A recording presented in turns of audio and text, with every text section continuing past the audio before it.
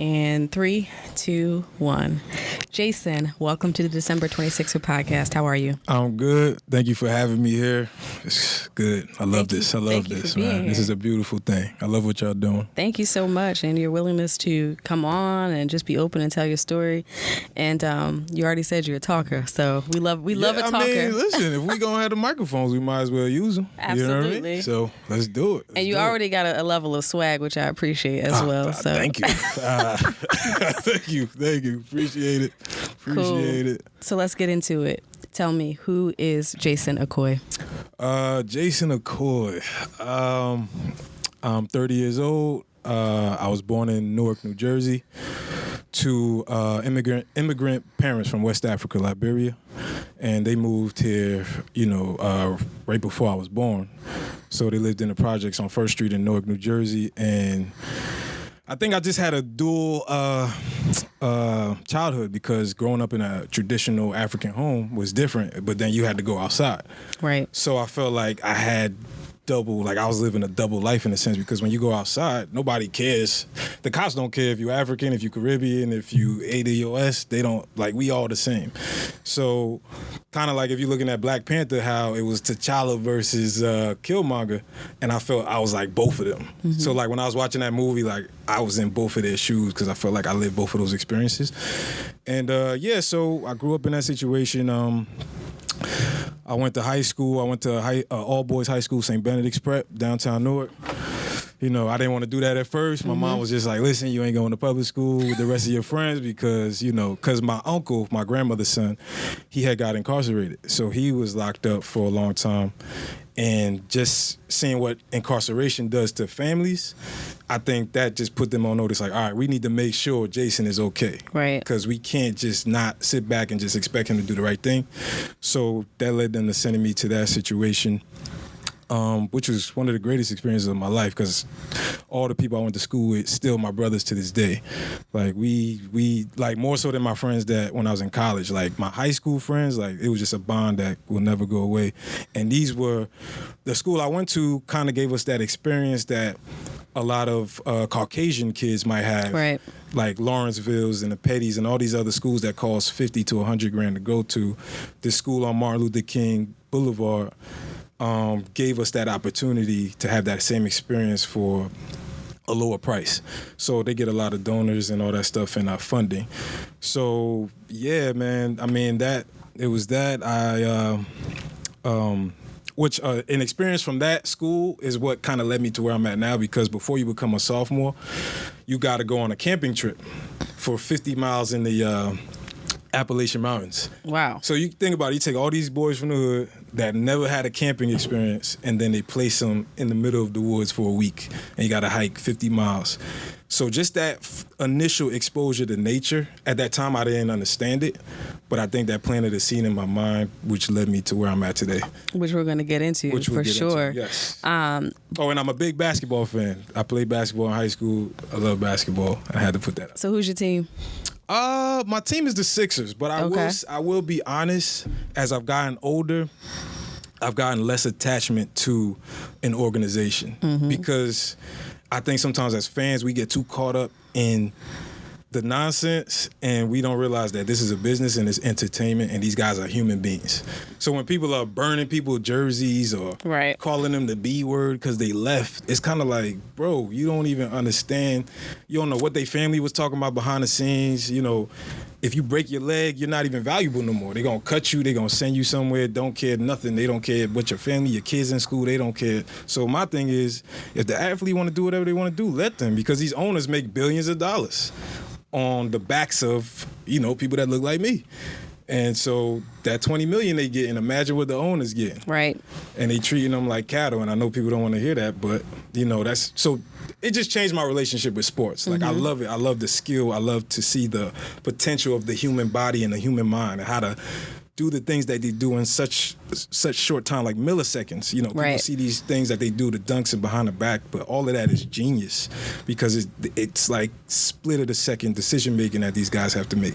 So yeah, it just changed my relationship with sports. I just love to watch it for human potential and entertainment, but at the same time, I like to see young men growing and realizing that they've got a responsibility and all this money that's being put into their hands, they have a responsibility to teach. For sure. And to go back to where they came from and use it. So, yeah. But did you have an emotional reaction to the Sixers' recent loss? I did. I had a reaction to Ben Simmons not shooting the ball. Mm-hmm. You a starting point guard. You know, I hope he develops a jump shot because I like him. But, yeah, I did have a reaction to that. But I'm a LeBron guy. So I was... Really? Yes, I am. I think LeBron has changed a lot of things in sports.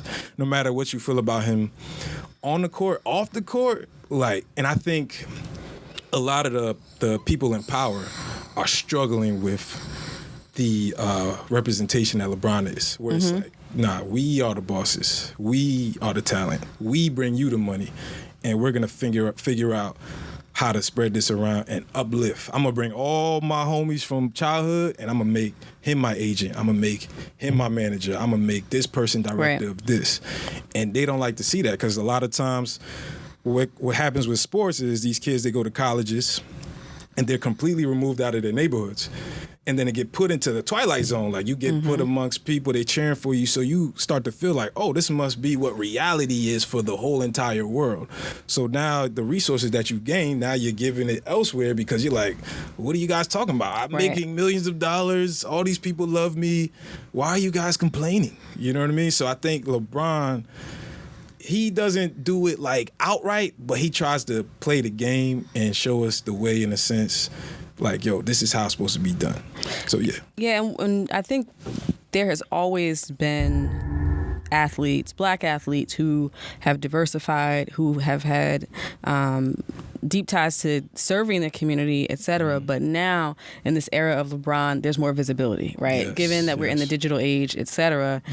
You know, we know basketball stars from our parents' generation. The stories are probably few and far between that we've heard about, but who've made major strides.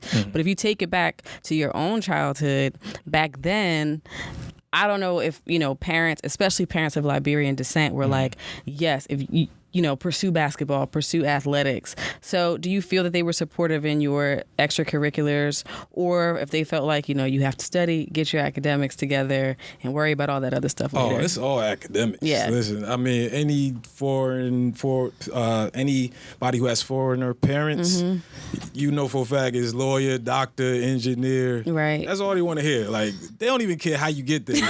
It's like, sometimes I would just lie and say, yeah, I'm going to be a lawyer, just so nobody would ask me no more questions, because they just like, because at one point I did want to be a lawyer. When I went to college, I studied political science, but we'll get into that. But yeah, like, as a child, I mean, they supported, but they were just like, oh, it's just something Jason does. Like, when I started going outside for real, at like 11, 12 years old, and they let me do whatever, I'll go to the park.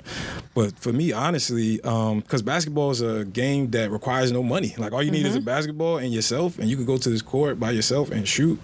And for me, that was like, just being on the court was a form of therapy for me. It was a very therapeutic experience because I could stand at the foul line, shoot in peace and quiet and silence. Back then, going outside, you know, nowadays it's like the iPad is everything. Right. These kids don't want to be outside. Before we had the iPad, which I am grateful that I was able to grow up in a time before the internet, and I feel like I grew up with it as well. But we grew up before it, where we had to go outside.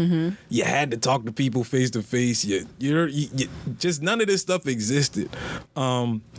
So yeah, basketball was just therapy for me, where I could just shoot in silence and think about things, because, you know, coming in our communities, talking isn't really a thing, especially amongst young black men.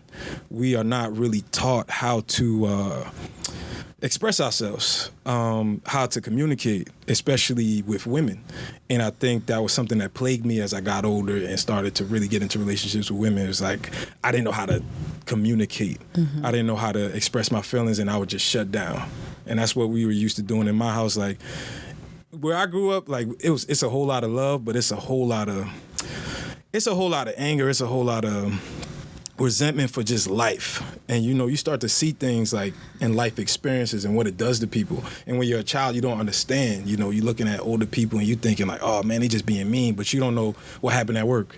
You don't know what happened in a relationship. You don't know what happened, whatever the case may be. You don't know what happened just going outside. Like, And you don't notice that when you in it. Like when you in your teenage, when I'm a teenager and my mom telling me not to go outside, not to run the streets, it's kind of like, yo, Mom, what are you talking about? You know, like we just out here having fun, ain't nothing happening. If something happened to somebody, like, oh, it's just another day. And we normalize these things. And a lot of these things we see are not normal. Right. But they wanted me to school was priority to them. So I will say they wanted me to make sure I get good grades and go to college. And I have often said that one of the most transformative experiences transitioning into adulthood is when you start to see your elders through a different lens as human beings who are flawed, who have experiences, and those experiences impact how they approach the world and how they approach conflict and how they approach situations and how they treat you. Yeah. When you're a child, like you said, it's just like, why are they talking to me like that, or what have you? And also living within certain environments, it takes you being so resilient that often the vulnerability gets lost in the process. You building up this shield just to survive, that when vulnerability, which is ultimately necessary, is an appropriate reaction, oftentimes we don't have the tools to actually display it, which of course then feeds into how we approach interpersonal relationships, be it, romantic or otherwise. Yeah. And this is a topic that like keeps coming up on the show. I feel like we need to have like a whole panel on it. Yes, for sure. Man, I would say in my experiences, like just dealing with my own mom. And I love my mom, and my mom, my dad, he left when I was 1. But even though we still had a relationship, so he was gone. He was in Maryland while we were still here. So my uncle that I said that got incarcerated, he was the one who was showing me, like, all right, this is where you go. These are the streets you don't go to, the streets you do go to. He's the one who taught me how to play basketball. He's the one who taught me how to play video games. And then when he got locked up, it was just like, I just felt like I was by myself. Even though I was the oldest, my siblings were still very like babies at the time, but when he got sent away, it was like, man, what do I do now? So just communication, and you just seeing relationships with my mom and her boyfriend, and it was just like when you're a kid, you can't say nothing, because in an African household, I can't speak for other people. In an African household, everything is disrespect. Like you can leave a sock on the floor. And he's like, oh, you disrespecting me? I'm like, Mom, like, I just forgot the sock. Like, I'm going to put it. Oh, that everything is disrespect. Like, you can't say nothing. You can't have no opinion. And I understand it, but then you get to a point where you're like, man, like, can I even voice how I feel? So that's another way you get shut down, because it's like, yo, I can't even express myself in my own household. And I think it's a lot of young men who might feel like that, women too. And then they go to school and unleash, because they're like, well, y'all can't beat me. Y'all can't say nothing to me. Y'all can't do nothing, because all of this feelings that you have inside, you can't express it in your own house out of fear of whatever the case may be. So you go to school and you act out, because it's like you have nowhere to exert this energy. You know what I mean? So I think, I think that was just what, just communication was one of those things I never learned at a young age, like how to express myself. And even as I gotten older and try to have these conversations, it's still tough, because if you've never addressed something and you try to change something, like, hey guys, I'll try to tell my family, like, hey, let's talk, let's sit and talk about this. And it's like, we ain't trying to talk about nothing. And I get it, because it's a lot of hurt. It's a lot of pain, especially growing up in these neighborhoods, man. Right. It's a lot. It's a lot, man. It's multi-layered. That I think a lot of people don't understand, that are looking from the outside in. For sure. And you talked about duality a bit. Did you struggle finding your sense of identity as not just, yes, I did, a black boy, but a black boy with African roots, which is its own level. Listen. And I'm also trying to like imagine what that's like being in the projects in Newark as well, because that it's not the suburbs, let's say. Listen, man, I didn't know. Listen, I just wanted to fit in. I'm like, because, I would go to school and sometimes my mom, she would show up in the entire African garb. Your mom was going to school Mom, fully decked. Please, man, don't do this to me. I'm just trying to fit in. I'm trying to get some friends. And, back then it wasn't cool to be a foreigner. They call you African booty scratcher. Right. And I'm like, bro, like, okay, I guess, but even my my parents and my aunts and them, they was like, man, when we first moved here, it was rough. Like, people making fun of our accents and this and that. And they just wanted to fit in too. So for me, yeah, it was tough, but I got through it. I think basketball is what got me through that. Because once it was like, I'm like, okay, let me see what they're doing. And I saw that all the kids in the neighborhood played basketball. So I'm like, all right, you know what? I guess I got to do this to make my life easier. And to the fact where I didn't have to do nothing illegal. I didn't have to join no gangs. I didn't have to do nothing that was outside of my character. All I had to do was play basketball, and people would leave me alone. Like, so if somebody tried to come mess with me, like, oh, no, he be at the park every day. It's like, all right, cool. So I'm like, okay, this is my thing. I could do this, and it could keep me safe, and I could make friends, and I don't have to get in trouble to do that. But yeah, just trying to belong, trying to fit in, trying to just be normal. It was hard because it's like, when you're a kid, you don't understand how important those roots are, how important that culture is, and you don't want to completely erase that. But I do disagree with people who say African American or Black culture doesn't exist. It does exist. It is the leading driving force of the world's culture. Like, Black culture, period, is just as far as when it comes to music, when it comes to style, when it comes to sports. Our talent, our bodies, our minds are the number one resource. It is America's number one import. Black talent. Think about how the billions and billions of dollars. So I hate when people say that, like, especially because Black Americans have been here since, 1600? Or even way before that, from what we're finding out now. Like, right. We've been here. So it's like, okay, there is a culture here that they've done everything to destroy. So it's like people are just now coming into relearning the things that they tried to erase. So, yeah, I mean, it was hard, but I wouldn't have it no other way. I think it worked out. And once people, find out what type of person I am, I think they're just like, all right, he cool, man. He African, but he cool. Did you ever have a pull, though, being in that environment? And of course, everybody's not making the right choices. Everybody's not going to St. Benedict's. And especially because the male figure in your life made a different choice. Yeah. Did you ever feel a pull to take a different route? Oh, yeah. I did because you in it. You're literally in the middle of it. In it. So you see your friends who are in it, they in gangs now, and it's just like, okay, I guess it just looked cool. It felt cool. You just like, man, I just want to do what my friends are doing. You don't understand. You're not seeing college. You're not thinking about a wife and a family. You're not thinking about nothing. You're thinking about right now as a child. And I think it's hard to get young people to see that because, I think it's harder for older people to understand younger people who may not understand what college is. It's like, listen, man, the way our brains work, we're not even thinking about that. We just try and take the test for the week, whatever we got in school, and go outside on the weekend. We don't even, especially if you go outside and you don't see that. You don't see a doctor. You don't see the engineer. You don't see the lawyer. You see the dudes on the corner, and you see, the girls are trying to talk to them. So you're like, okay, I guess that's what we should be doing, though. So there was a pull, and I will say as well, the music. Now, I love rap, I love hip hop, but I think, how should I word this? I love our music, but sometimes I feel like when you're in those environments, the music could be the soundtrack for your behavior. Of course. Because I feel like... Excuse me. No, you good.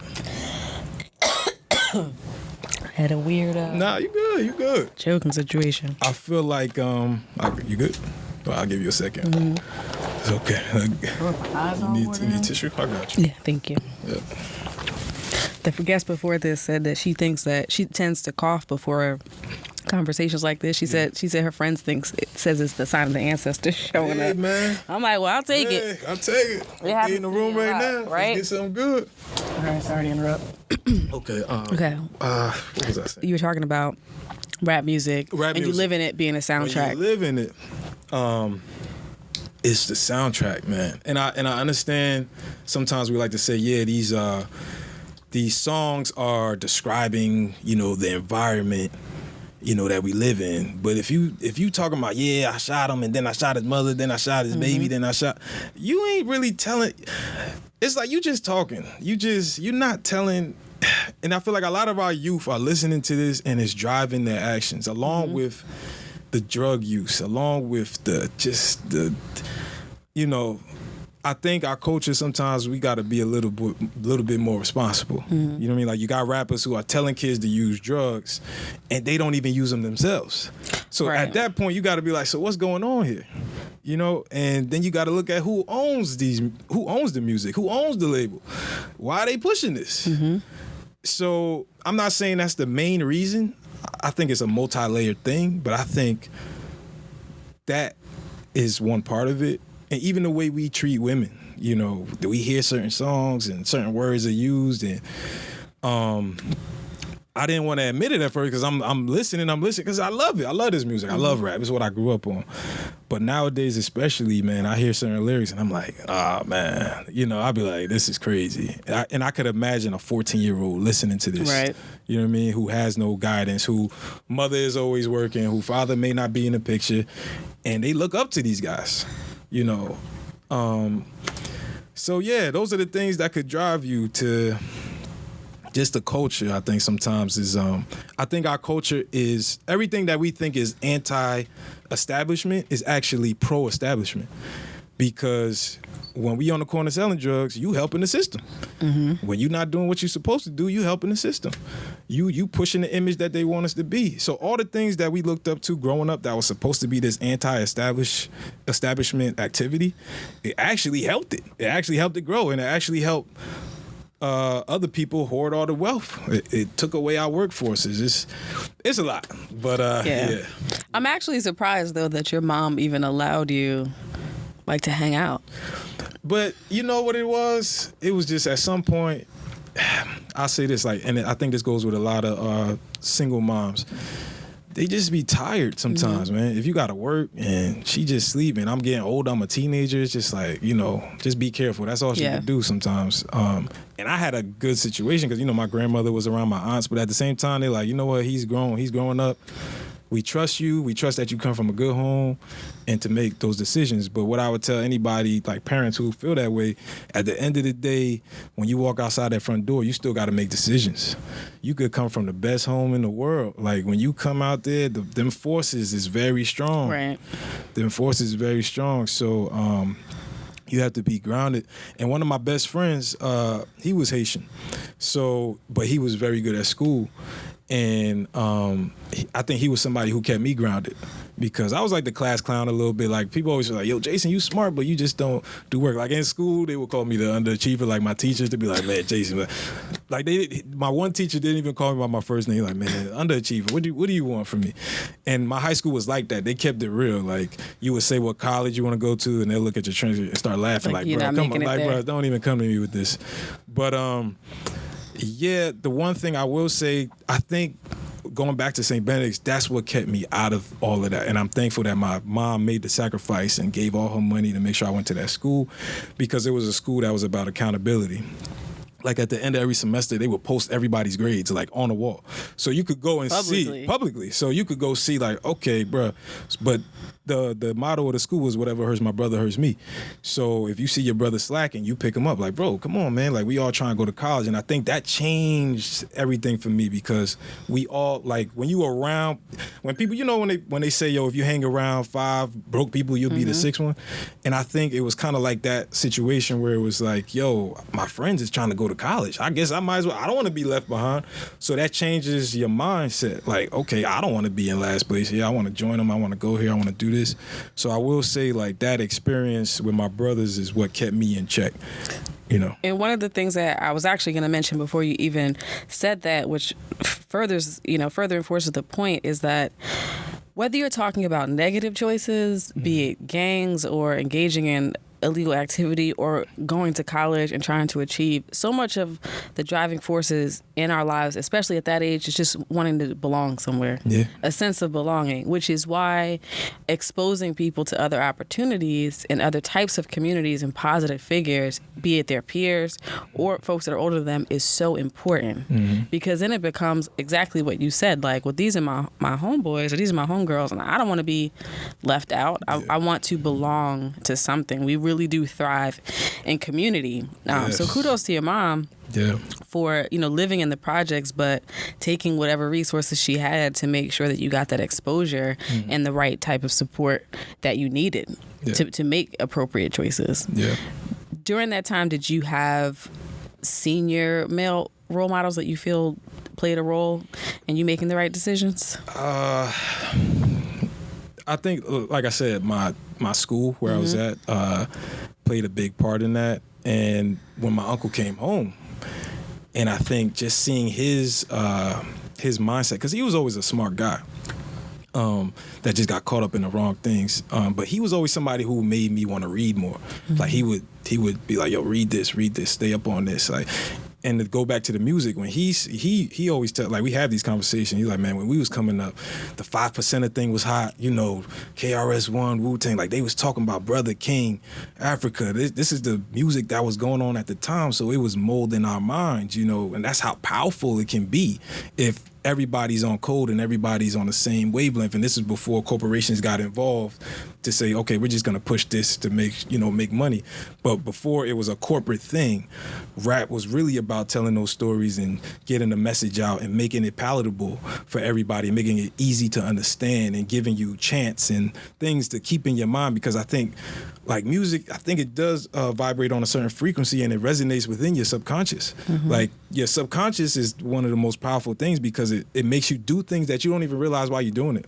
And I think a lot of us feel like we're making choices when really you're making a habit. It's things that you already do. You're not even thinking. You think you're thinking, but you're not. You're going to do this regardless because it's so deeply embedded in your psyche that you're going to do it regardless. And I think when you repetitively, that's why I be careful to what I listen to nowadays, because when you repetitively listen to something, it starts to live in you and you don't even realize. Even if you don't go be a drug dealer, hearing a certain song might, how you treat your woman, how you treat your mom, how you treat your, you know. So I always try to keep myself in check with what I listen to. I still listen to it every now and then, but I know for majority of my day, I gotta make sure whatever is in my ears is, you know, pushing me forward. For sure. But yeah. So how did you end up at Rutgers? Oh man, so like, this was after my sophomore year, and like I said, I showed my English teacher, Mr. Onion.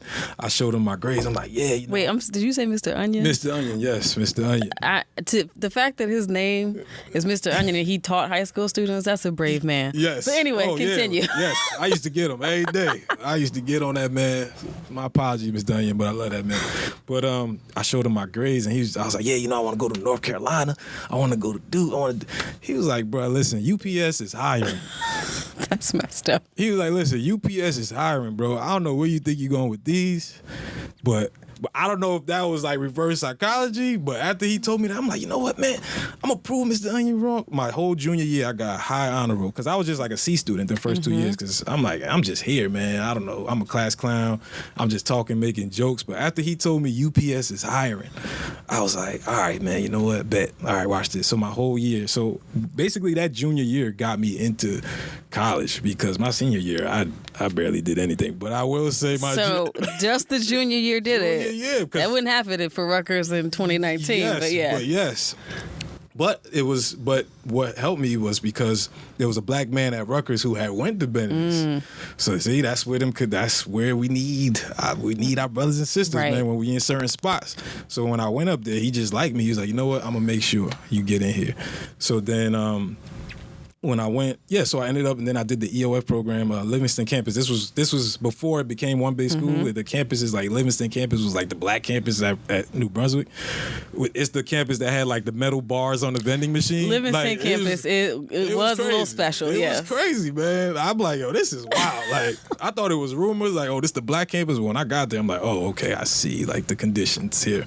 But that's how I got into that. Just performing my junior year and going to talk to somebody, and that really helped me out, and that's how I got on campus. So did you start your freshman year of college and know, like, this is what I want to do, here's my plan for my life, or were you still kind of figuring it out? I think after saying I wanted to be a lawyer so long, I just started to believe it. So you were still on that lawyer path? Yeah, because people kept asking, you know, when you at the cookout, you at the different, they like, Jason, so what you gonna do? What you gonna do? What you gonna do? What you gonna? I'm like, okay, I guess I'm gonna be a lawyer. They be like, all right, cool. Because if I said businessman, if I said, they'd be like, oh, how you gonna do that? I mean, explain it to me. What are you thinking? But when you say engineer, lawyer, or doctor, they know. Questions stop. Clear cut path. All right, cool. But but I think and what kind of geared me towards political science was, like I told you, I like reading, but I love the study of the human mind. And I think a lot of people think political science is just government stuff, but I think it's a lot of philosophy. It's a lot of how groups of people think and how you can get them to think certain things. So when I'm reading Socrates and Plato and Aristotle and all of these things, and Karl Marx and all these different philosophers, it's just like, okay, I just got so infatuated with how the human mind works. Why do we think the way we think? Why do we believe the things we do? Why do we pray the way we do? Why do we eat the way we do?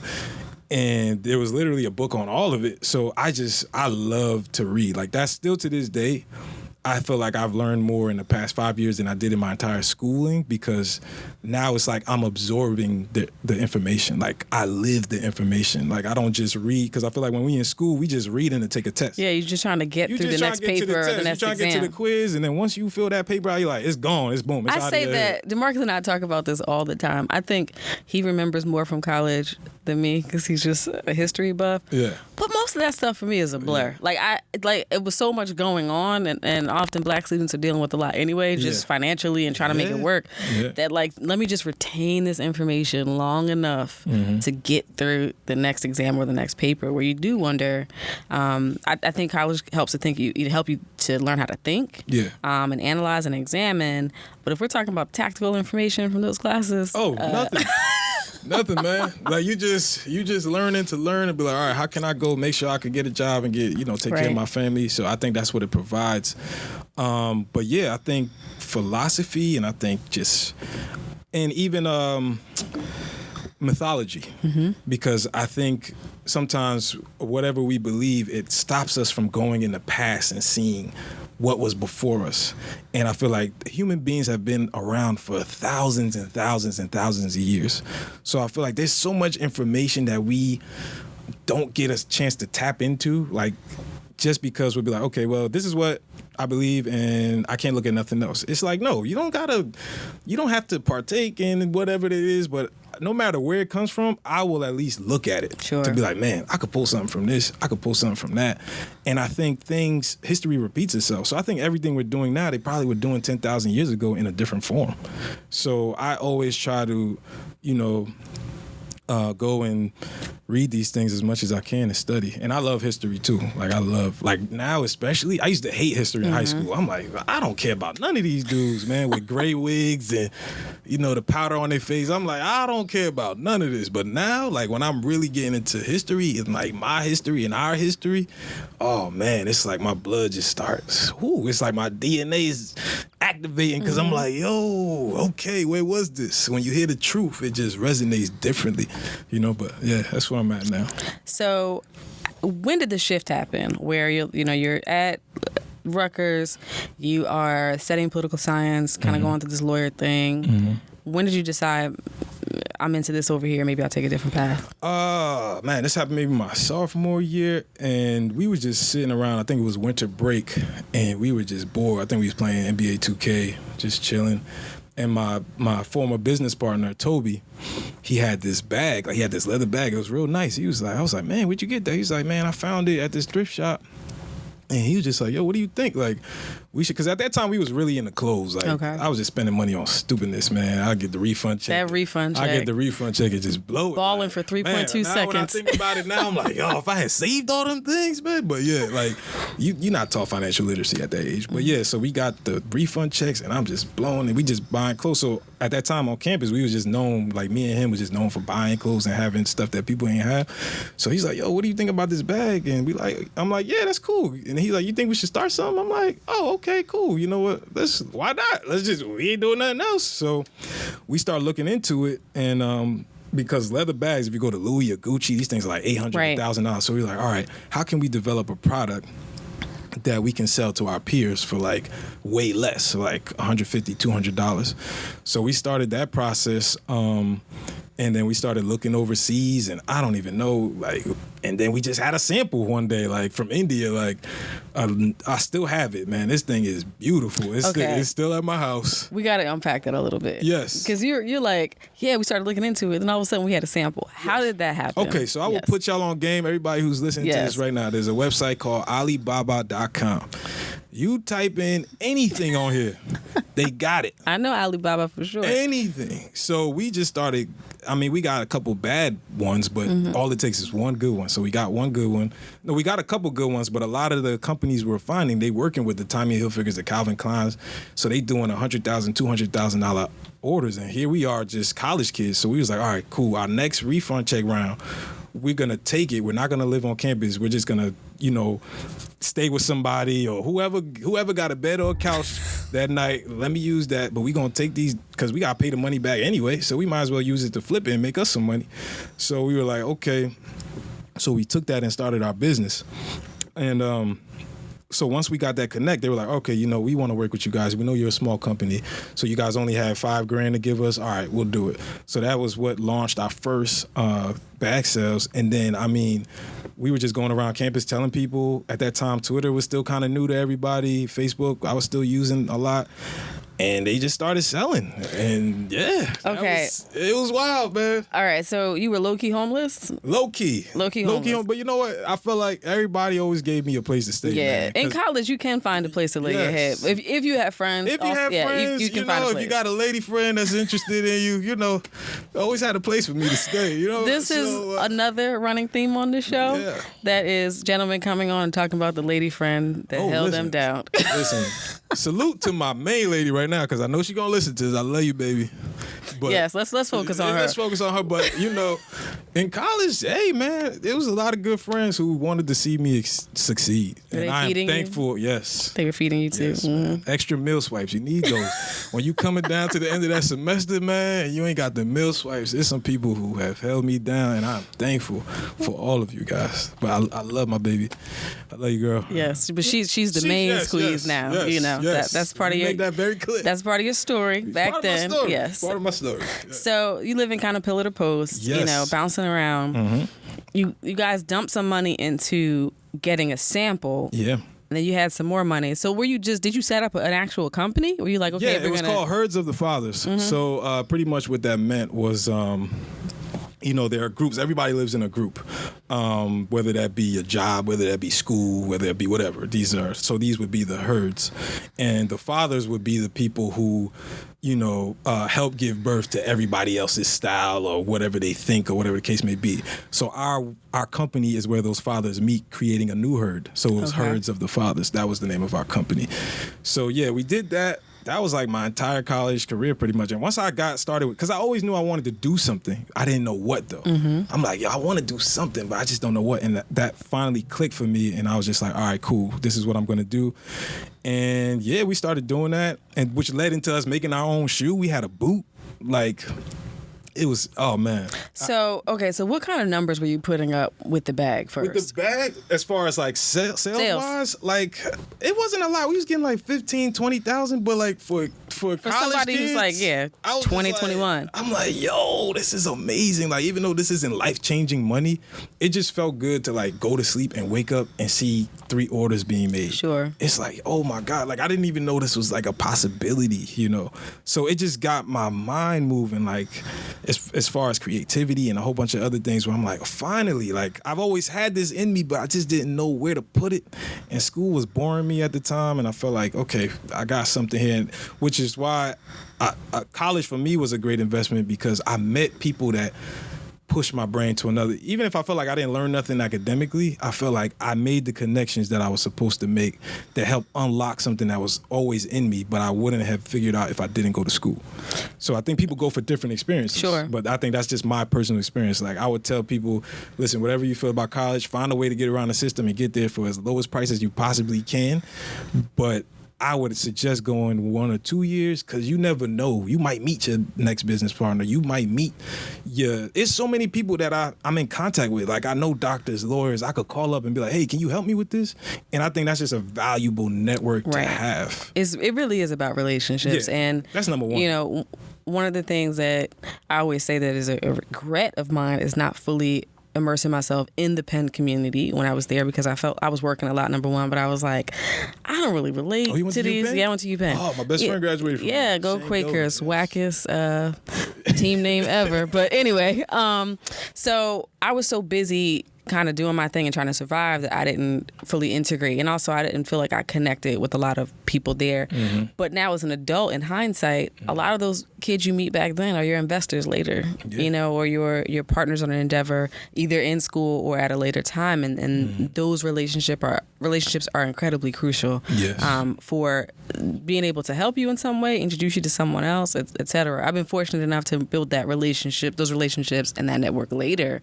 But at the time, I was just so, let me get in here, get this degree as quickly as possible, and get out. Ain't nothing wrong with that. Mine was I was on the opposite end. I was partying. You were like, let me get this money. Man, I was having a great time. I wish I concentrated more, actually, but I had a great time in college. I will say that. And I mean, be clear, for a lower price point of a bag and for no real machine behind you, $20,000 is nothing to sneeze at. It was so cool to me, man. I don't think I understood it at the time. Like, it was just something to do. Mm-hmm. And I'm just like, man, finally I got something to do. But I think a lot of people coming to me like, yo, Jason, you don't understand what y'all doing. And it's like, I don't. Like, we just young. We figuring it out. I didn't go to business school. I didn't do anything. This was just me on a computer, me reading a couple books and being like, all right, cool. Let's just do this.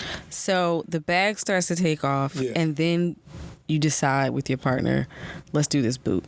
Yes. What happened there? So we made a boot because we were into boots, and we were just like, yo, it would be so cool to have our own shoe. Like, when you see your favorite athlete sign a shoe deal and you're like, oh man, I gotta go buy it. So we were like, you know what, let's go into something else. And we made a boot.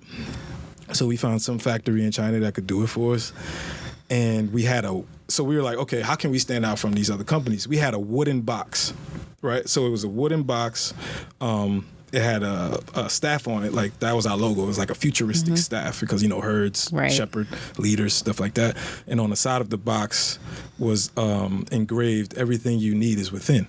So double entendre, like the boots you're looking for is within, but everything you need is within yourself. Everything you're looking for is in the mirror, and you guys need to figure out a way to internalize that. So even back then, I was trying to sneak messages into the product. Just where my mind was going at that time. I was still in the infant stages of how I'm talking now. But even back then, I knew, like, okay, we can't just put stuff out here. We have to have a purpose. And so after that happened, that's where one of the toughest part of my life happened, because I know that's what you wanted to go into. I don't know if you want to go into that. Let's do it. But so I mean, we were just on a run, man. We were like, yo, this is it. We was getting on Hypebeast. A Double XL did a spread on us, and we were just like, oh man, finally. And then we had just got these new samples made. We had an event. It was 300 people at the event. We sold like 15 pairs of boots that night, and the boot was like $250. So it was a quality shoe. So we was doing our thing, and then right when we sent the manufacturer $10,000. Like, okay, we got these new bags coming out. So a month goes past and still nothing. We're like, okay, bags take time. So we hit them up. They're like, yeah, it's coming. 2 months go by. It's like, okay, what's up? 3 months go by. And then we come to find out the manufacturer folded. Took all our money. Took your money. Took our money. So it was one of the most crushing things that ever happened to me, because think about it, I put years of my life into that. And at that time, that's what everybody knew me for. Like, yo, Jason the bag dude, that's what he's doing. So, that crushed me. I mean, it sent me to a depressive state. Not like I want to kill myself depression, but just like, where do I go from here? Right. Like this was this thing that was promising. It was working. I was being creative. I was able to express myself, and it's like, it was just all gone. So at that point, I had to sit with myself and be like, what am I going to do? Am I going to take this little bit of money that I have left and keep going with it? And even after that, like, I would hit up so many. It was just so hard to, like, when it comes to leather, it was just a very tough business. It's not like T-shirts. T-shirts you could get anywhere.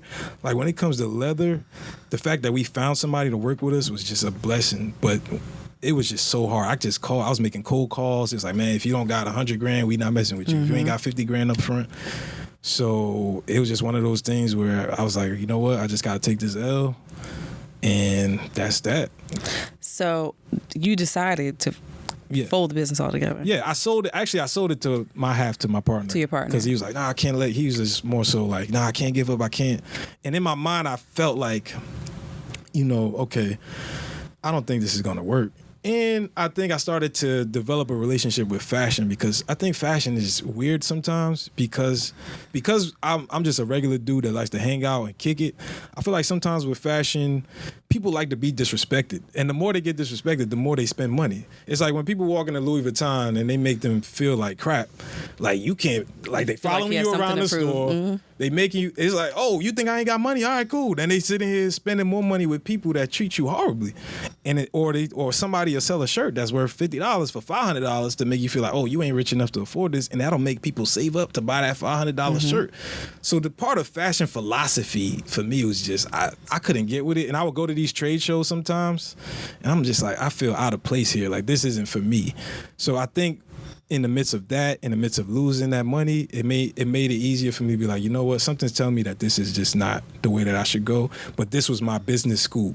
This was my way that I was able to get ideas out into the world, try to sharpen my iron, sharpen my skills as far as editing, as far as picture taking, as far as commercial creation, as far as sales, marketing. How do I get people to gravitate towards something that didn't exist before, that's not a brand name? Because that was hard within itself to get people to spend $250, $300 on something that they've never heard of. Because a lot of times people buy brands because their friends know what it is. So they could be like, oh, okay, I like that. I know what that is.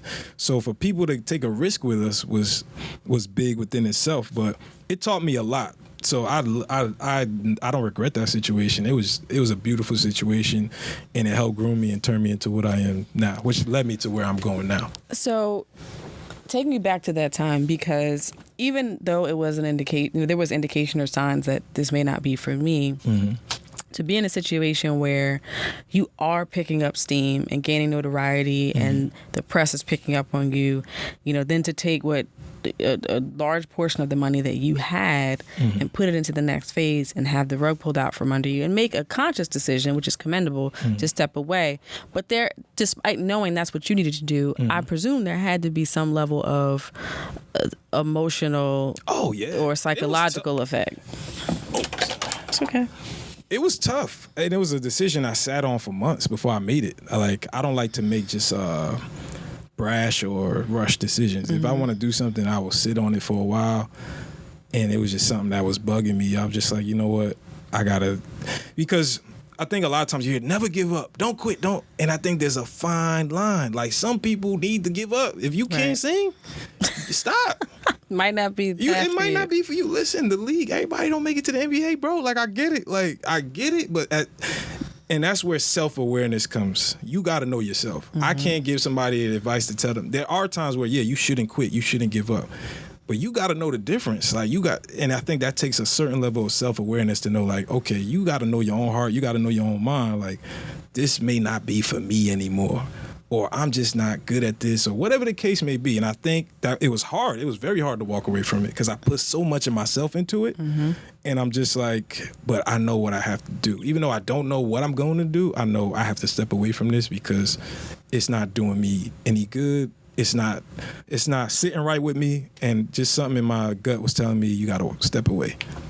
So you do that. You sell your half to your partner. And I mean, we're not talking about it's not crazy. Selling like a business that's so established that you're about to cash out and go find yourself. No, it was just a little couple grand. Right. So you sell him your portion, get bought out. What happens that morning? The next morning when you wake up and it's like this business that you've been dedicating yourself to and we're good at is no more as it relates to you. Yeah. And you're still in school at this point, or you're out? You're out. I'm out at this point. But were you working in that full time? Yes. Okay, so you're in that full time. Didn't take the traditional route of going to school, getting a job, doing what you need to do from that perspective. You went out on a limb, and it was working. Yes. And now you gave that up. What did that first day feel like? It felt crazy, man, because I'm just like, what do I do? And I will say, I just got real standoffish, and it just became tough to be around me because I just was like, man, I don't know what to do. So that took a lot of self-searching. And then as far as like relationships, you know, that took a hit too, because it's kind of like, man, you know, somebody's trying to get through to me, and I'm just like, man, I don't feel like doing nothing. I don't feel like, it's just my confidence level was at an all-time low. And, you know, I think women especially, you guys are just natural nurturers, so you want to help whoever it is you love or whoever you're in a situation with. And when you feel like you can't do that, that becomes frustrating. Right. So it's kind of like, you know, I know you want to help me, but it's like, you can't help me right now. Like, this is something that I got to figure out. But eventually I got through it, which led me to today, like what I'm doing now and just the vision I have for my life. So we like to dig a little deep here on the December 26th podcast because, you know, we hear these stories and you know, people are like, it was a rough time, but I got through it. But we both know that when you're in it, you know, what it takes to get through it is often multifaceted, and there are many layers to that, and it takes a while. So what was the first step for you to say, okay, I got to get on a different path and support myself and figure this out?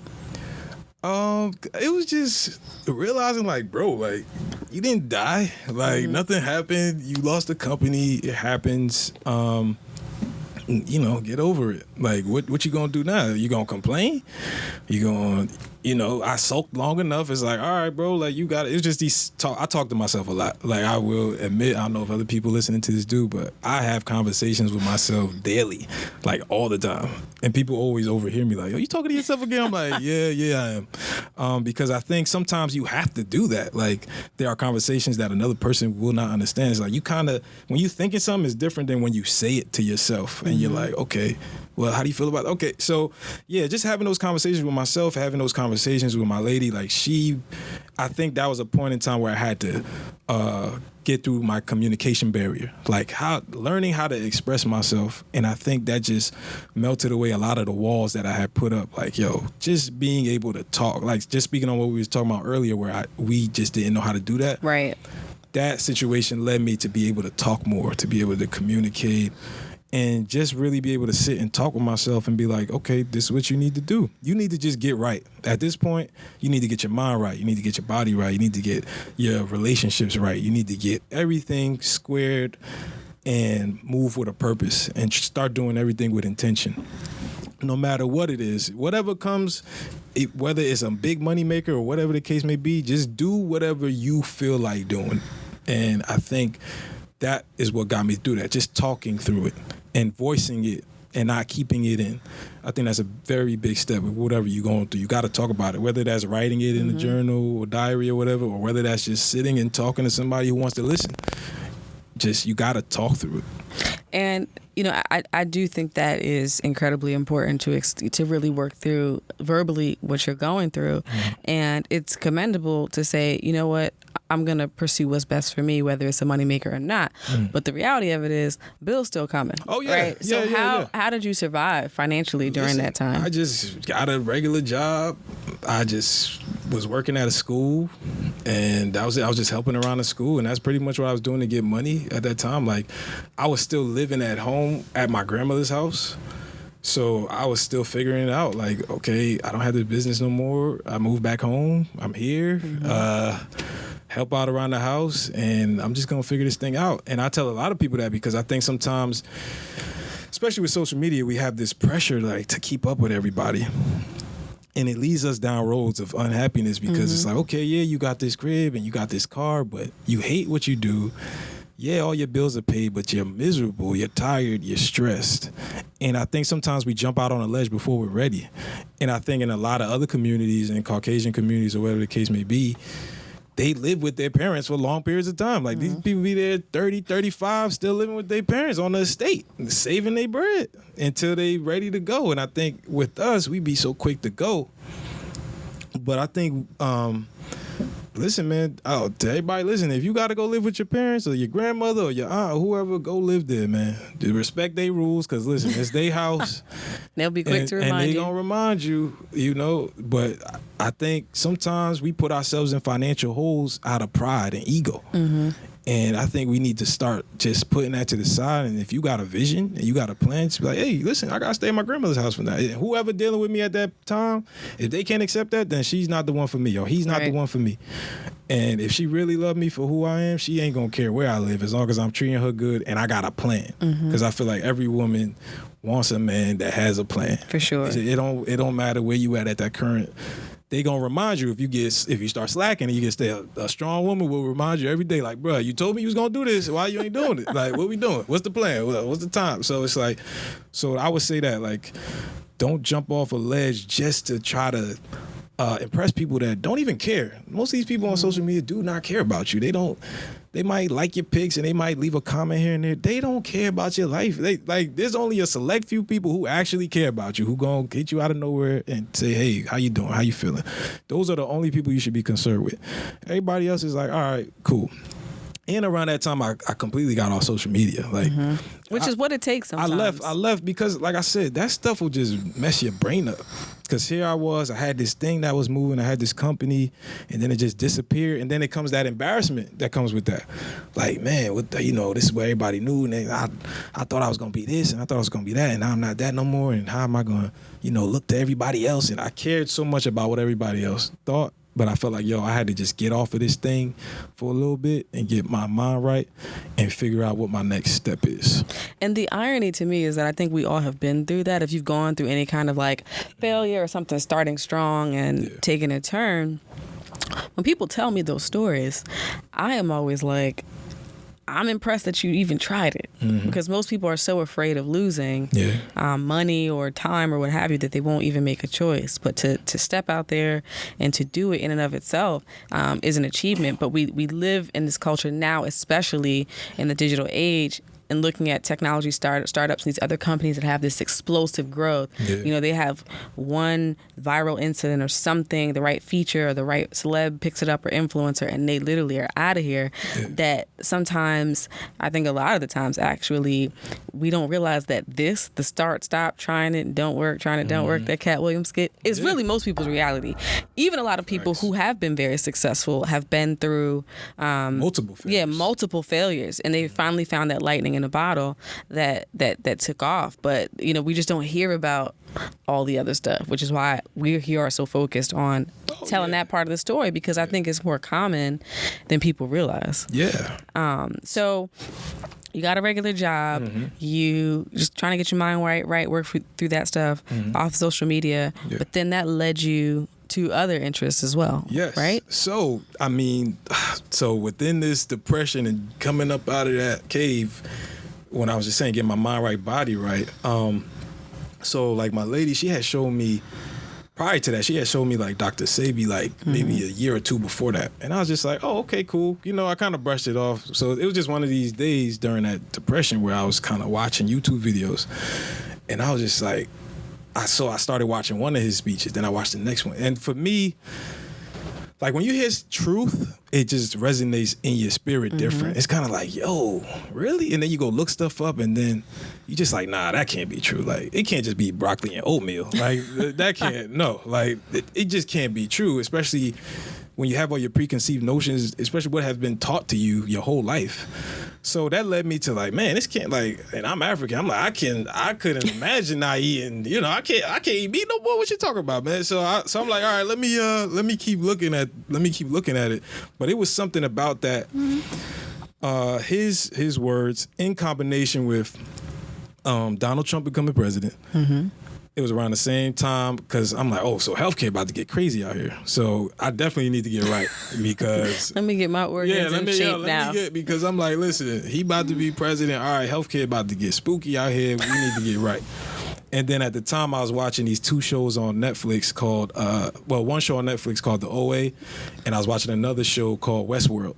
So these two shows had me questioning reality. So in a mixture of Dr. Sebi, OA, Westworld, and Donald Trump becoming president led me to the plant-based Trump lifestyle. Becoming president had me questioning reality as well. But that's a whole other subject, thing. Right? That's a whole other thing. But I'm like, yo, okay, yeah. And I understand what people are saying about Trump, but what Trump did for me was made me wake up. Like, it made me be like, okay, we know their strategy. We know exactly what they want to do. It's no more hiding. Because I think with politicians in the past, like, they'll smile in your face and, you know, and then they behind your back, they stabbing you up. Right. But he came out like, listen, this is what I'm going to do. This is what I'm going to do. This is what I'm going to do. I'm like, all right, cool. We need to get right. And I felt that initial anger on social media at first, and I think it died out. Because I think with everything, everybody reacts, but a lot of people aren't really doing. So it's kind of like, all right, this guy is president. What we gonna do now? We don't have no time to act up. So I felt like, with that being said, that was my part in the fight. Like, okay, let me get myself right first, and then if I'm successful in that, then I just wanted to share with everybody else what I was doing. So you went to a plant-based diet? Yes. Did you ease into it, or were you like, that's it, I'm going cold turkey? I will say red meat was the first thing to go, and then it was chicken, and fish was the last. No, bacon was the last. I will say bacon. Man, you left bacon in the mix? That bacon, that maple bacon, that thing hit that pot. Listen, so you got rid of the red meat. You got rid of the chicken. Yes. Fish. You got rid of fish, but left pork bacon? Yes. That's the funniest thing I've heard in a long time. Listen, man. Folks listening to this right now know when that bacon hit that pot and that sizzle and that smell. That thing is just something else, man. I'm telling you, I don't know. Usually pork is the first. It is, but listen, bacon I feel like bacon don't count. It's like, it's pork-ish. You know what I mean? Like, bacon is like in its own category. You know, it's not like a pork chop. I feel like bacon was like everything. Like, you could put bacon on any sandwich, and it was just like, oh my God. The smell of bacon is amazing. It is. So that's like right before I became 100% plant-based. I will tell you this story. I had a whole pack of bacon. I threw it in the pot. I was like, listen, we're going to go out. You binged on bacon. Yes, I binged on bacon. I ate it was a good 10, 15 pieces. Can I say this is a very Black approach to veganism? But I was like, listen, if I'm gonna get this up, I'm gonna give it up the right way, because I'm like, I ain't never gonna have this again. So you know what? Let's do this. And I sat there, and I was watching Cartoon Network, eating bacon. Yes, it was a lovely day. I will say that. All right. Etched in my memory. So you binged on the bacon. I'm sure it's etched after 15 pieces. Yep. Okay, and then you switched to plant-based. Yes, and it was hard. It was tough. I think the first couple weeks I lost so much weight because I didn't know what I was doing. Right. And at the time all I had was chickpeas and garbanzo beans. I was eating that almost every day because I didn't know what to make, and I'm just like, yo, this is crazy. And then on top of that, I started having insane headaches. Yes. So I'm just like, yo, what is going on? I'm like, yo, I think I gotta throw some bacon in the pot. You know what I mean? Because I think maybe that was helping my brain at the time, because I don't know what's going on. These chickpeas ain't working. It's not doing it. So I'm like, but it was one of those things where I had to sit and I'm like, yo, if this is something you want to do, you got to stick with it. And that's why I say the line between quitting and not quitting, you just got to know yourself. And I'm like, yo, I had to be honest with myself and be like, I don't know what I'm doing. I can't be mad at being plant-based. I gotta be mad at myself. I don't know. I don't know. I have no idea. The way I describe it to people is like learning how to breathe again. You've been eating your whole life, and then somebody tell you, yo, that ain't it. Then you like, what do you mean? And then you try to do it another way, not knowing this is an entirely different way to eat food. And it takes a level of planning. Yes. Oh, that's the part. I've done stints, and I'm just like, you can't go anywhere without researching first. So and it requires work. So that's why I tell people to ease in. Like what I did, red meat, and then every 30 days you could take something away. Right. It could be something simple as soda. Like I've seen people with diabetes who just remove soda and they numbers just go shooting down. You know, so. Yeah, so that's what it was for me. But then as I got a hang of it, watching different YouTubes, one of the first cookbooks I bought was Thug Kitchen.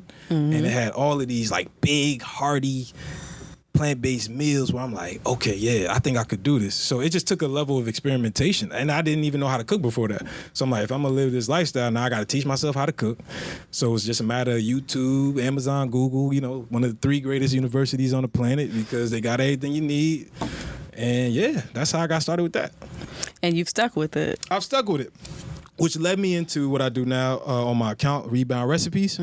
So like I said, and I had that idea in the beginning. As soon as I started, I'm like, yo, I got to tell the world about this, because when you learn what's going on, and you learn all the sickness that's going on right now, man. The heart disease is the leading killer of human beings. You got diabetes is up there, obesity, and then you got, a lot of people don't know, like the third leading cause of death is hospital error. So you go to the hospital, you go there for one thing and you leave in a body bag because somebody made a mistake. It could be, they were supposed to operate on your left side of your brain and they operated on the right, but they try to keep that on the low. And the number is actually closer to 500,000. Wow.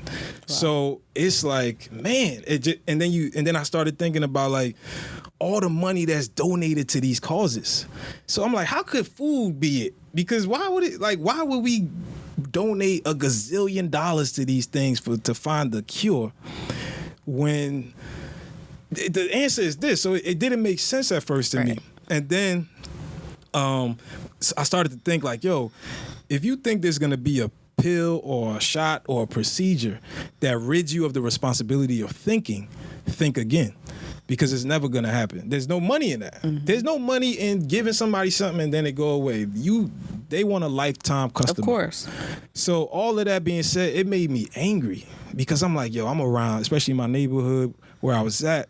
I seen so many sick people. My family, still to this day, I got people dealing with blood pressure, breast cancer, arthritis, lupus, all of these things. And when people ask me what's the hardest part about being vegan, it's not the actual process. It's everybody around you that's suffering that listen, just try this. But there's a way to do it. I learned that's what led me to Rebound Recipes. Because like I said, I was angry in the beginning because I'm like, nah, this can't be true, man. Like, nah. And I would tell people like, hey, what you doing eating that, man? You can't eat that. And they're like, bro, like you was just eating this 2 weeks ago. Like, don't come to me with that. So I had to learn. That's another thing. I had to learn how to be reserved about it and understand like, you can't push your views on everybody. And it twisted my thought process and teaching process, which led me to Rebound Recipes. I'm like, all right, you know what? This is just something in my spirit I feel like I gotta do. I don't even care what it leads to. And I haven't been on social media for like a year. And I was making bags and shoes. And now I'm coming back cooking. Look at this food though, yeah. Yeah, I came back. That was like my first thing I came back with. And I'm like, and it was kind of scary at first because I'm like, people, I'm like, what they gonna think? I'm not making fashion stuff no more. I'm talking about healthy food and they gonna think I'm a fraud and they gonna think So I was just like, you know what? Nah, man, like if this is something that you feel in your heart you must do, you gotta do it. And that's what led me to creating that show on my Instagram. So Rebound Recipes, I have to ask, I already know the answer, is basketball weaved into this at all? Yes, it's now going back to my original story, just basketball. And what I wanted to do was really, because I feel like women, y'all have these pressures on y'all already to look a certain way. So y'all always trying to lose a little weight here, lose a little weight here. But men, we have no pressure. Like we could have the beer belly down to our knees and we like, it's whatever, she gonna love me. She gonna love me anyway, bro. I mean, what do I need a six pack for? So I felt like, okay, how can I design this? Especially because black men is dying like crazy from colon cancer, from prostate cancer. I actually lost a friend to colon cancer, and he was in his 20s. So that scared the life out of me. And at that time, I wasn't plant-based, but I was so confused. I didn't know what to do. I was like, I went to GNC, got some pills. I'm like, maybe if I take these every day, I'll be all right. But I didn't change nothing about my daily life. So the thing about Rebound Recipes and basketball, I'm like, okay, how can I blend this with something that I know men love sports, at least the men that follow me. How could I blend this message in and kind of reel them in slightly without doing it with judgment, without saying, you should be doing this, you should be doing that. I'm just going to put out what I do, and however you receive it, you receive it. And my caption was always like, I grew up in Newark, New Jersey around Chinese spots, liquor stores, the Chicken Shack, all of these things. And this is what I was used to. And I thought when I entered this lifestyle that I was going to have to give up all those things, but it wasn't true. I just had to change it. That's why the theme song is like Rebound Recipe, same-ish, different ingredients. Like I'm making the same stuff. I'm making lasagna. I'm making General Tso's. I'm making all of these things that we used to eating, but just in a different format. So I feel like I wanted to make it palatable for men especially, because it's harder to get us, because we feel like to be a man you gotta eat the steak, you gotta eat the hearty, you know and with meaty, hearty and but meaty. But these things is like really slowing us down, making us sluggish. You know what I mean? But I didn't want to do it from a judgmental place. I wanted to do it like, yo, how would I want somebody to present this to me when I was 18, when I was 16? So that's how the basketball thing got linked to it. And I think it just made it unique. Like, this was my take. Because I was, you go on these plant-based or vegan accounts, and it's like the all-white, and it's very clean, it's very and feng shui, clean. yes. I'm like, nah, listen, we going to make this like just real organic. Just me in my kitchen. I'm just going to chop this thing up, edit it, and I'm going to make it the music. Like the whole process, like the music I use, the clips I use from old movies and old cartoons, is to wrap something that you haven't been exposed to in things that's original. Yeah. So I wrap something that is foreign to you in original things that you've seen before, to kind of hypnotize you, not in a bad way, because like I said, especially with social media, the sex, the drugs, the violence, the gossip, this is the stuff that rules. So I'm like, all right, how can I cut through this and get my message out? So it's kind of like putting things that you're familiar with around it to get you to pay attention to what I'm doing. And I must say, I need chickpeas ain't gonna get it on a t-shirt, because that's the realest thing I've heard about changing your diet. It's like, okay, if I eat these beans one more day. Yeah, I was eating chickpeas, man, like crazy, but I love chickpeas, but them. After a while, it's like, okay, I just need something else. Yeah, but it takes time, and I kind of wanted to ease that transition because I knew how hard it was. I'm like, yo, what did I need when I was going through this? And, what can I give somebody to help them, even if they're not fully, like, here goes a meal here. Like, I tell people all the time, like, I don't really care what you eat. Like, I do, but I don't. Like, so I'm not going to, like, be that guy. I'm never that guy. Like, I could say this at work. Nobody knew I was vegan. I never told anybody for until the Christmas party when they had to put your food preferences on it. I'm like, all right. Everybody's like, what? You vegan? Like, I didn't even know. But that made people more interested because they're like, yo, you never was trying to force your lifestyle on us. Like, currently at my job, I made one person vegetarian, one person pescatarian, just from having these conversations. Yeah. Like, and I never forced it on anybody. I tell people all that time, if you want... It's like what Malcolm X said, like, you don't want to talk about, if somebody has a dirty glass of water and you got a clean one, you're not going to keep talking about their dirty glass of water because they're going to be like, bro, shut up. Like, I don't want to hear you right now. Like, they're going to shut down. All you got to do is just drink your clear water. It just, man, I love this clear water, man. Right. This is good. So if they're going to eventually ask you, like, yo, what's that about?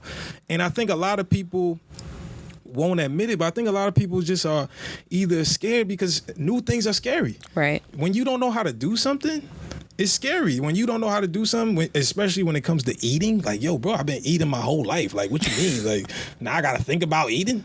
But I've gone through that where I lived my whole life never reading an ingredients label.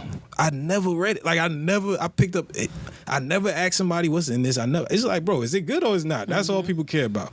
So I'm like, okay, how do I do this and how do I make this palatable for a large group of people? Awesome. Yeah. So you also have aspirations for a plant-based eatery. Right? Yes. So tell us a little about that. Yes. So people hearing this now, this may be the first time you hear this, but yes, I'm opening a restaurant called Michezo, which actually means sport in Swahili. Swahili is the #1 language spoken on the African continent by 100 million people. And I really wanted a name. I could have called it Jay's Burger, but I was like, nah, like, let me call it Michezo, something that sounds new and something you're probably not familiar with. And I kind of want to get us interested in more foreign words that aren't necessarily European. Yes.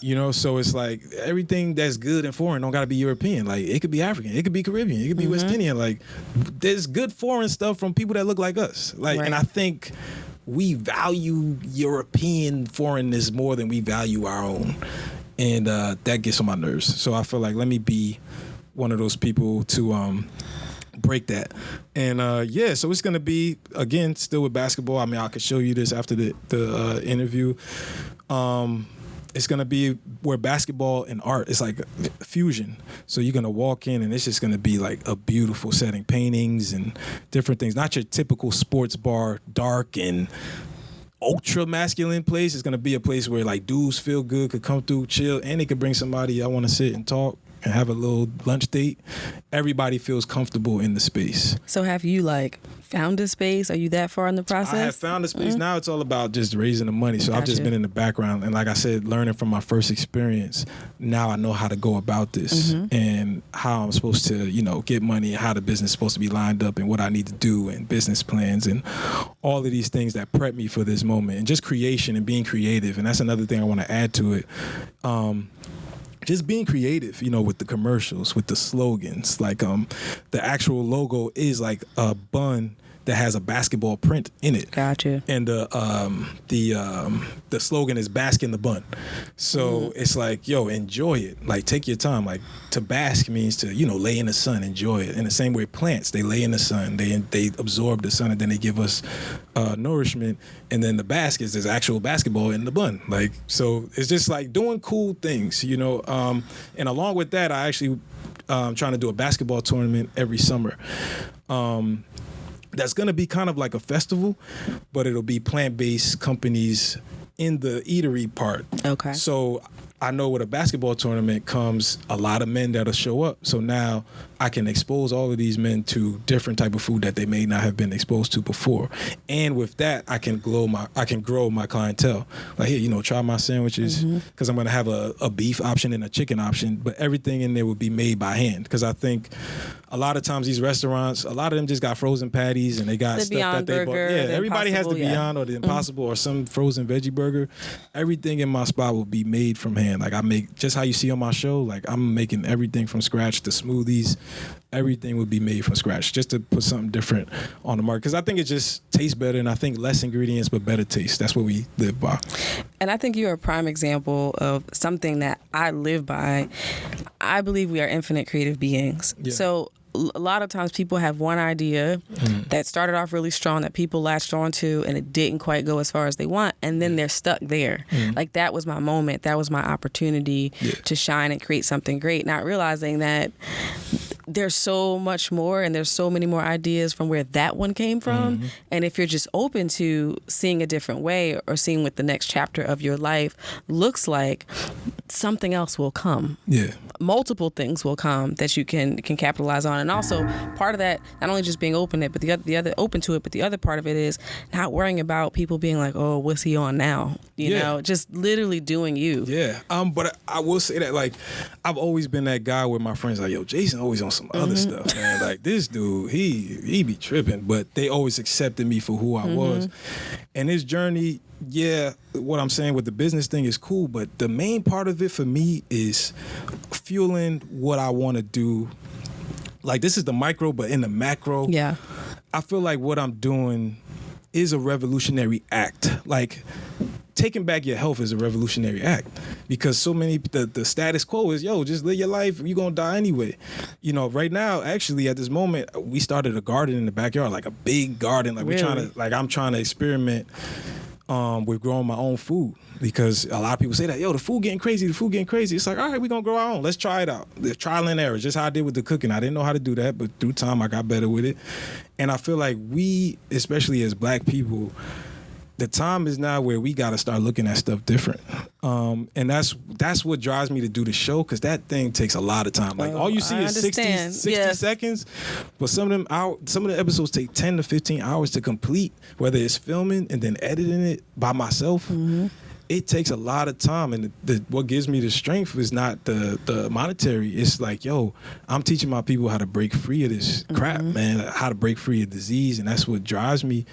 And for me, I think, especially when it comes to wealth, I think Black people in general, we have so little of it. And I think we get fooled by the television, because we see the athletes and we see the entertainers. But when you really break it down, we only have 1% of the wealth. 90% of the wealth is Caucasian people have it. Yes. So and in the year 1860, we had 1% of the wealth. So in all this time, if none of that, what has really changed? Except now we got more toys. We could buy more sneakers. We could buy more cars. It's stuff that looks good. But in the grand scheme of things, we don't control anything.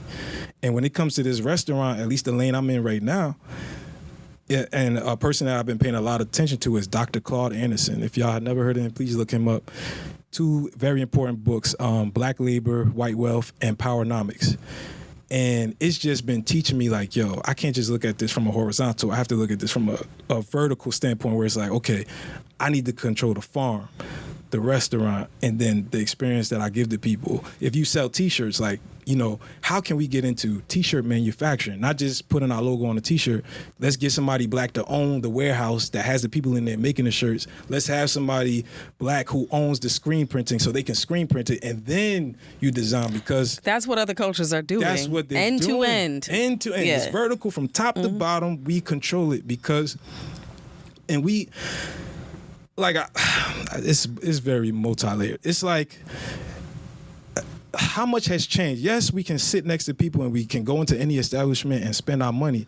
But a lot of times, these people you spending your money with, they don't like you. They just want your money. So they'll smile in your face and tell you, yeah, oh yeah, man, we love you, you know. But what Martin Luther King was saying right before he died, if you listen to a lot of his speeches, he was like, listen, this whole integration thing, I think I led my people into a burning house. And he, at the tail end of his life, it was all about economics. And me personally, my opinion is that's why they killed him. Because it was like, all right, we cool with you sitting next to us, and we cool with you wanting to, you know, rub shoulders with us. Oh, you talking economics? Nah, we good. And I think that's where we always fall short. And I think especially with integration, because the new aggressive integration is gentrification. Yeah. So we don't have the wealth to compete because there's been policies since 1860 put in place to make sure we don't catch up. If you even look at mass incarceration, man, like, it's insane. Like, it's insane. From the years 1492, I believe, to the year 1970, there was never over 300,000 people in jail at one time. Now, today, there's 10,000 people in jail. No, 10 million. 10 million people in jail. So it's like, what happened? You know, especially when it comes to our young men from 20 to 35, half of them are locked up. That's our main force right there. And if we ain't getting the resources, if we ain't, like, we could, and like I said, out of that 1% that Black people control, 75% is with our athletes and entertainers. So what has changed, really? Right. They said they gave us more things, and so we got to start thinking vertically. Like, how do we own it from top to? Yo, my man, can you find somebody who make toothbrushes? All right, we gonna buy toothbrushes from him. Like, literally every single thing we got to start finding.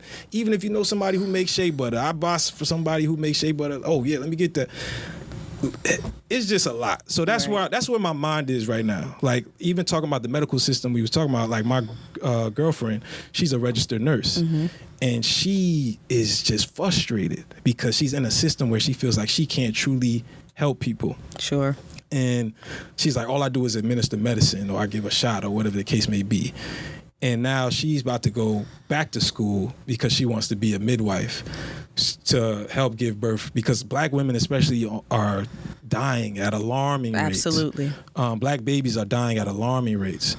So the way she wants to use her skill is to have natural births. So that's all we about right now. Like, we all about building community. We all about spending less money on stuff we don't need. That's just where my mind is focus-wise. Like, all the glitz and glam and the funny stuff you see on my account is because I can't really talk about the stuff I really want to talk about because I don't want to push people away. Right. Like, I kind of want to, you know, feed the baby the candy while taking the knife out of their hand. You know what I mean? But I will eventually get to that. But I think everything I'm saying now, we really, as a people, need to start thinking, like, don't confuse income with wealth. You can't pass your job to your kid. But they spent all these years hoarding the resources, which is the land. They gave out millions of acres of land for free, which we were not allowed to partake in. We weren't allowed. So we got to start thinking about that, man. But yeah. Agreed. Yeah. So before we let you get out of here, we talked about your Valley experience with selling off the business. Yeah. But tell me about another time where you had to be extraordinary on an ordinary day. Oh, where did I have to be?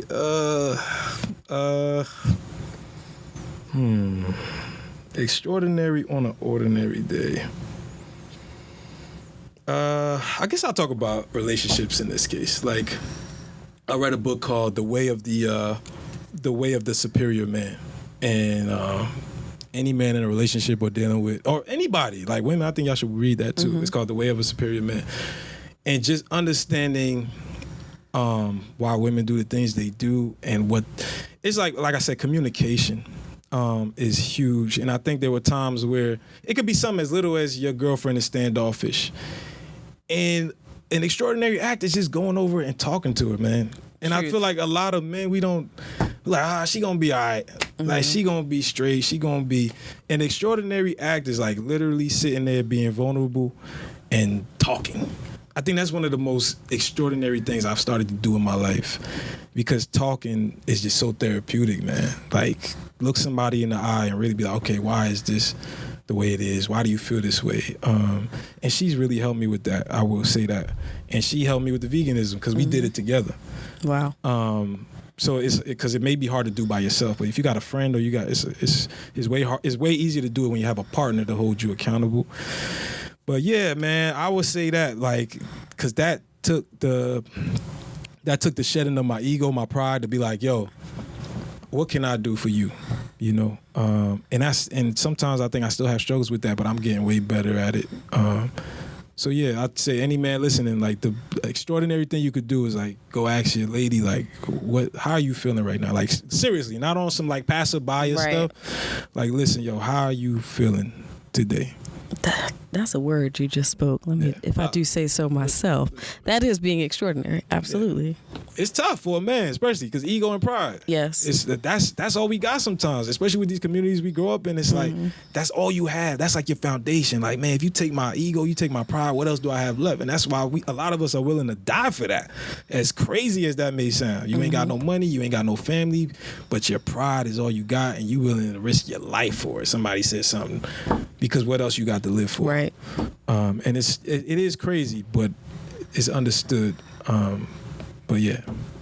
So what's your target date for your plant-based eater? Do you have one? September. I'm trying to open it right around Rutgers, Newark, and NJIT, that little area over there. So, because I want to be around the youth, because they are the future.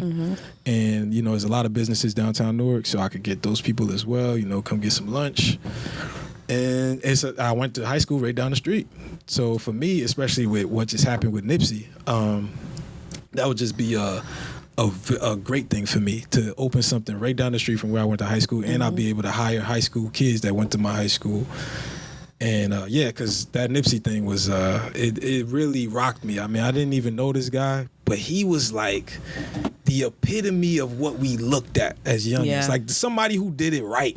Like, he was in the gang, he was doing whatever he was doing, but flipped it around and turned it into positivity, and turned it into, again, economical advancement, not just social.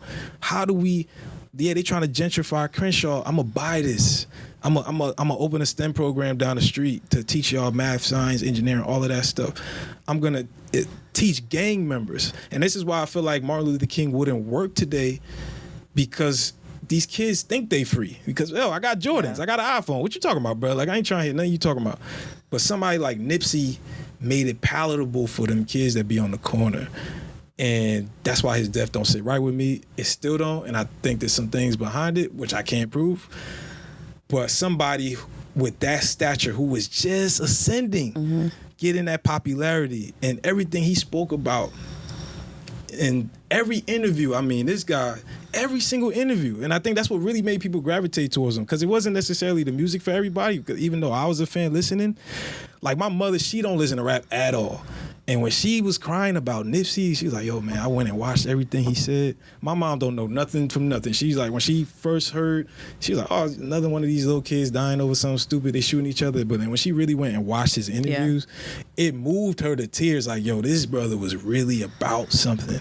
And he represented so much. And he represented that Pan-Africanism, because he's from East Africa, but his mother is African-American. So the same thing I was going through. Like, yo, he's living both worlds. And he just inspired me so much, man, to to be like we could be from where we from, and we can invest and not to be scared. Don't anybody listening, don't let his death deter you from going back.